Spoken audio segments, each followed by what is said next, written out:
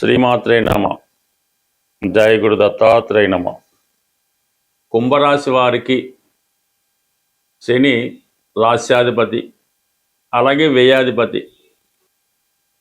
ఈ కుంభరాశి వారు సెల్ఫ్ మిస్టేక్స్ వల్ల, స్వయంకృతాపరాధం వల్ల జీవితంలో ఎక్కువ నష్టపోవడం జరుగుతుంటుంది. ఇతరులకు ఉపకారం చేద్దామనే మీ ఆలోచన కరెక్టే, కానీ ఆ ఉపకారం వల్ల మీరు మీ కుటుంబం అన్నది నష్టపోవడం జరుగుతుంటుంది. ఎందుకంటే శని మీకు వ్యయాధిపతి కూడా అవడం వల్ల మీ చర్యలు మీ నష్టానికి కారణం అవుతుంటుంది. సరే, ప్రస్తుతం శని భగవానుడు జూలై 27 నుంచి డిసెంబర్ 11 మధ్యలో వక్ర గమనం పొందడం జరుగుతుంది. అంటే ఏదైనా ఒక రాశ్యాధిపతి వక్రించినప్పుడు వారు గతంలో చేసినటువంటి పొరపాట్లు సరిదిద్దుకోవడానికి ఒక అవకాశం అన్నది శని భగవానుడు ఇవ్వడం జరుగుతూ ఉంటుంది.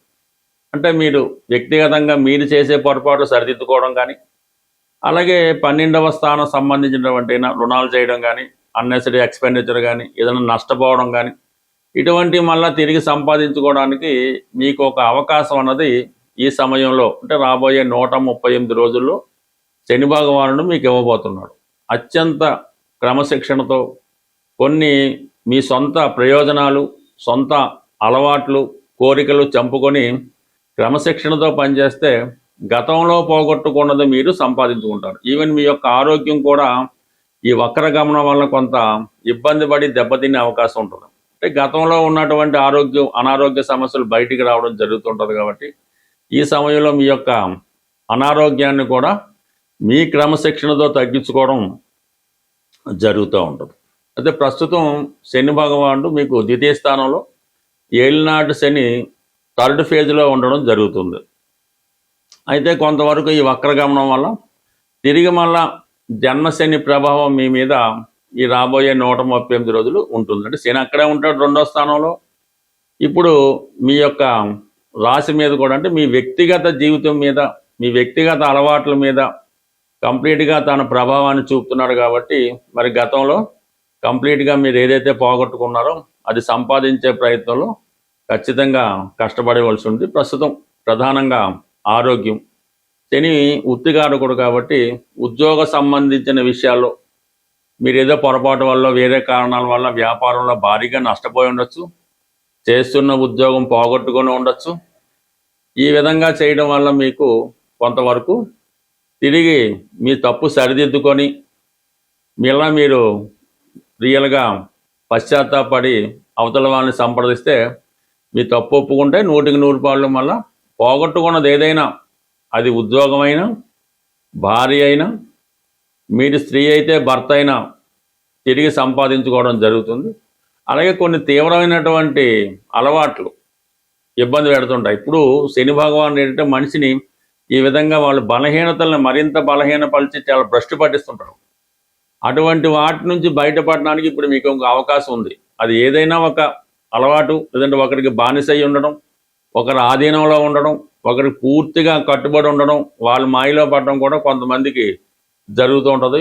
అటువంటి వాటి నుంచి బయటపడడానికి కూడా ఇది గొప్ప అవకాశం. అయితే అది కొంత కష్టమైనప్పటికి కూడా తిరిగి మీరు పొందడానికి అవకాశం ఉంటుంది. కాబట్టి దీనికి మీరు చేయవలసిందల్లా మీ బలహీనతలు తగ్గించుకోవడం, మీలో ఉన్నటువంటి కొన్ని దుర్గుణాలు, అది ఈర్ష్య అవ్వచ్చు, అసూయ అవ్వచ్చు, కోపం అనొచ్చు, ఎదుటి వాళ్ళని చూసి ఓరలేకపోవడం అనొచ్చు, ఇవన్నీ కూడా మీరు నెమ్మదిగా తగ్గించుకొని మళ్ళీ నెమ్మదిగా ఏమవుతుందంటే ఈ డిసెంబర్ 11 తర్వాత శని రుజుమార్గంలో పొందడంతో తిరిగి మళ్ళా కొత్త లైఫ్, అంటే 7 సంవత్సరాల క్రితం మీరు ఏ విధంగా ఉండారో అటువంటి కొత్త జీవితం మీకు రావడం జరుగుతుంది. ఇది ప్రధానంగా ఇది విద్యార్థుల మీద కూడా ఎక్కువ ప్రభావం చూపుతుంటుంది. కాబట్టి వాళ్ళు కూడా కొంతవరకు ఇటువంటి మాయలో పడకుండా కేవలం చదువు మీద మాత్రమే దృష్టి పెట్టి ముందుకు వెళ్ళడం వల్ల తొందరగానే మీ యొక్క ధన సంపాదన కూడా కారణం. ఎందుకంటే కుంభరాశిలో ఎవరైనా అమ్మాయి కానీ అబ్బాయి కానీ ఎవరున్నా సరే వారికి ఎక్కువ బాధ్యతలు ఉంటుంటాయి. తల్లిదండ్రులను పోషించడం, వారికన్నా ముందు పుట్టిన వాళ్ళని ఒక బాధ్యత తీసుకోవడం, ఇవన్నీ మీరు పూర్వజన్మ ఫలితంగా ఈ జన్మ మీతో పాటు ఆ కర్మలు, ఆ బాధ్యతలు కూడా రావడం జరుగుతుంటుంది. ఆ బాధ్యతలు నిర్వహించడానికి, అంటే ఈ జన్మలో మీరు మీకోసం కాకుండా ఇతరుల కోసం పుట్టినట్టే భావించి మీరు కష్టపడితే మీ రుణం తీరుతుంది. మరి జన్మలో మరింత ఉత్తమ జన్మ మీరు పొందే అవకాశం ఉంటుంది. శని భగవానుడు అంటే శని ఏ రూపంలో అయితేనే అర్ధాష్టమ శని, అష్టమ శని, ఏలినాటి శని, ఈ విధంగా తన యొక్క అంటే శని 12 రాసులు మారడానికి 30 సంవత్సరాలు పడుతుంది. ఒక రాశి 2.5 సంవత్సరాలు. అంటే 30 సంవత్సరాల్లో కేవలం 7.5 సంవత్సరాలు మాత్రమే శుభ ఫలితం ఇవ్వడం జరుగుతుంది. మిగతా 22 సంవత్సరాలు కూడా జాతకుని ఏదో విధంగా ఏదో భావాన్ని బట్టి ఆ క్రమశిక్షణతో స్ట్రగుల్ ఇవ్వడం జరుగుతుంటుంది. అయితే శని పెట్టినటువంటి ఇబ్బందులు, అంటే శని ఇబ్బందులు అనడం కన్నా శని ఇచ్చే అవకాశాలు ఉపయోగించుకోవడం అన్నది చాలా ఈజీ మాట. మీరు చేయవలసిందల్లా అత్యంత క్రమశిక్షణతో మన సాంప్రదాయాలు పాటిస్తూ, పెద్దలు పెట్టిన నియమాలు పాటిస్తూ, ఎప్పుడన్నా సరే ఎర్లీ మార్నింగ్ బ్రహ్మముహూర్తంలో లేగడం అన్నది అందరికీ సాధ్యం కాకపోవచ్చు.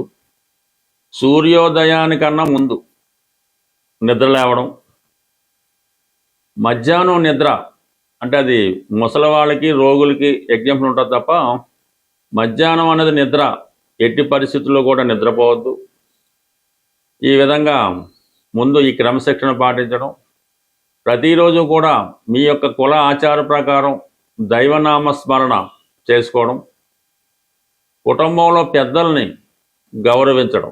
అంటే మెయిన్గా శని యొక్క మీకు ఎంత ఇబ్బంది పడి జన్మశని అయినా అవనవండి, అప్పుడు మీరు ఏం చేయాలంటే అనాథ శరణాలయంలో ఉన్నటువంటి వృద్ధులు, ఇప్పుడు చాలామంది అక్కడ చేయించేస్తున్నారు కదా, అక్కడ ఉన్నటువంటి వృద్ధుల్ని అంటే సేవించడం అంటే పూర్వంలాగా ఏమి కాళ్ళు నొక్కడం అదేం చేయక్కర్లేదు. మీరు వాళ్ళకి అడిగి మీకు ఏంటి బాబు అవసరం, మీకు ఏమైనా బిస్కెట్లు కావాలా, లేదంటే ఎన్నో మంచీలు తాగుతారా, లేదంటే ఎన్నో మందులు తెచ్చి పెట్టాలా, అంటే వాళ్ళకి ఏదైనా ఇలాంటి సేవ చేయడం మీకు ఇష్టమైతే వాళ్ళు ఫిజికల్గా కూడా సేవ చేయొచ్చు. ఈ అంటే మరి ఈ సత్యసాయిబాబా ఉన్నప్పుడు ఈ నారాయణ సేవ అని వాళ్ళు ఈ బాబా డెవోటీసు ప్రతి వారం ఈ నారాయణ సేవని చేస్తుండేవారు, ఈ సత్యసాయిబాబా డెవోటీస్ వాళ్ళు. సో అది కూడా వాళ్ళకి అంటే బాబా వారు ఆ విధంగా వాళ్ళతో చేయించి వారి యొక్క శనిని యాక్టివేట్ చేయించి వాళ్ళకి మంచి మార్గంలో నడపడానికి అవకాశం ఇస్తుండేవారు ఆయన బాబా గారు. సో అలాగే రోగులు ఎవరైతే హాస్పిటల్లో రోగులు ఉంటారో ఆ రోగులకి సేవ చేయడం వల్ల మీరు మరణం లాంటి గండాన్నన్నా బయటపడే అవకాశం ఉంటుంది. అంటే ఆ మరణాన్ని నుంచి కూడా బయటపడవచ్చు. అంటే మీరు హాస్పిటల్లో చేరే అవకాశం ఉంది, మీరు హాస్పిటల్లోకి వెళ్ళి అక్కడ రోగులు సేవ చేయడం వల్ల అది ఆ విధంగా న్యూట్రల్ అవుతుంది. ఇది మాస్టర్ ఈకే గారు ఇటువంటి రెమెడీస్ వారి యొక్క భక్తులతో చేయించి వారి యొక్క దీర్ఘ రోగాలను కూడా ఆయన తగ్గిస్తూ ఉండేవారు.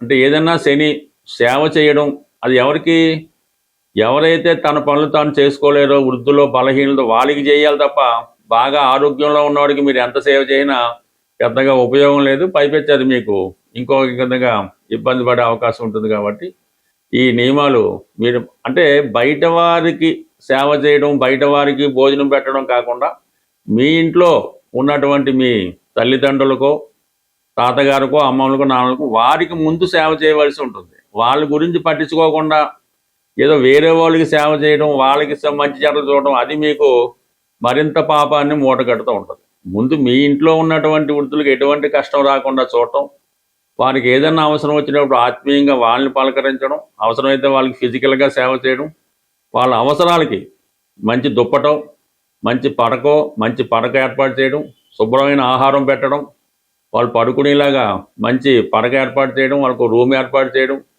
ఇవన్నీ చేయడం వల్ల మీకు 100% అంటే ఈ శని భగవానుడు కేవలం తన ప్రభావాన్ని మీ మీద కాకుండా కుటుంబం మొత్తం మీద ప్రభావం చూపుతుంటాడు. అంటే మీరు చేసేది తల్లిదండ్రులకో పెద్దవాళ్ళకో సేవ చేస్తే రేపు మీ సంతానం మీకు సేవ చేయడం జరుగుతుంటుంది. ఇది ఏదైనా శని కర్మకారకుడు.